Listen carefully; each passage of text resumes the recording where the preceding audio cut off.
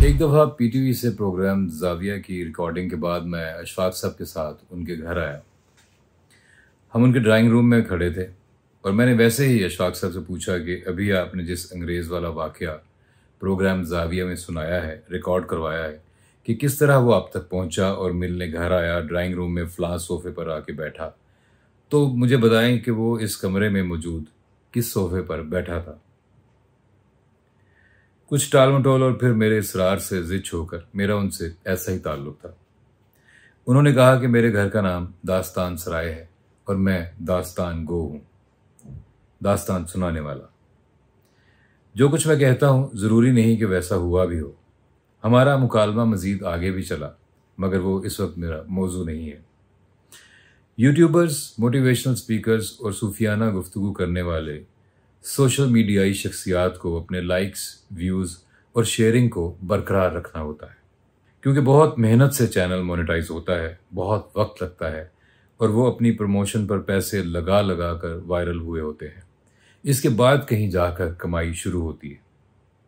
اس سارے عمل میں سب سے مشکل کام ہر روز ایک نئی ویڈیو بنانا ہے۔ تکنیکی اعتبار سے کم اور مواد کے حساب سے یہ ایک بہت ہی مشکل کام ہے۔ اس لیے بہت سے یوٹیوبرز اور موٹیویشنل سپیکرز، جدید صوفیوں کی اکثریت، سارا دن لفظوں کی جگالی کرتے رہتے ہیں۔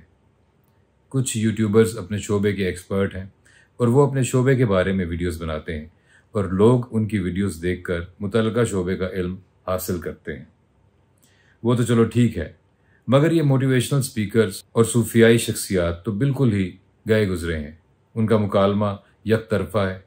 جب سامنے سے کوئی سوال یا مباحثہ ہی نہیں تو آپ جو مرضی کہتے رہیں۔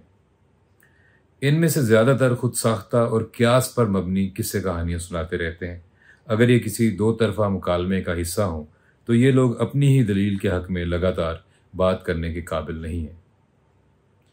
کسی لاجیکل کنٹینیوٹی میں سوالات کے جوابات نہیں دے پاتے اور ان میں سے زیادہ تر لوگ تو سارا وقت اپنی ہی بے یقینی کے بھنور سے نکلنے کی کوشش کرتے رہتے ہیں۔ کل ملا کے بات یہ ہے کہ ان کو روزانہ کچھ نہ کچھ کہنے کی ضرورت ہوتی ہے اور اس چکر میں یہ کچھ بھی کہتے رہتے ہیں۔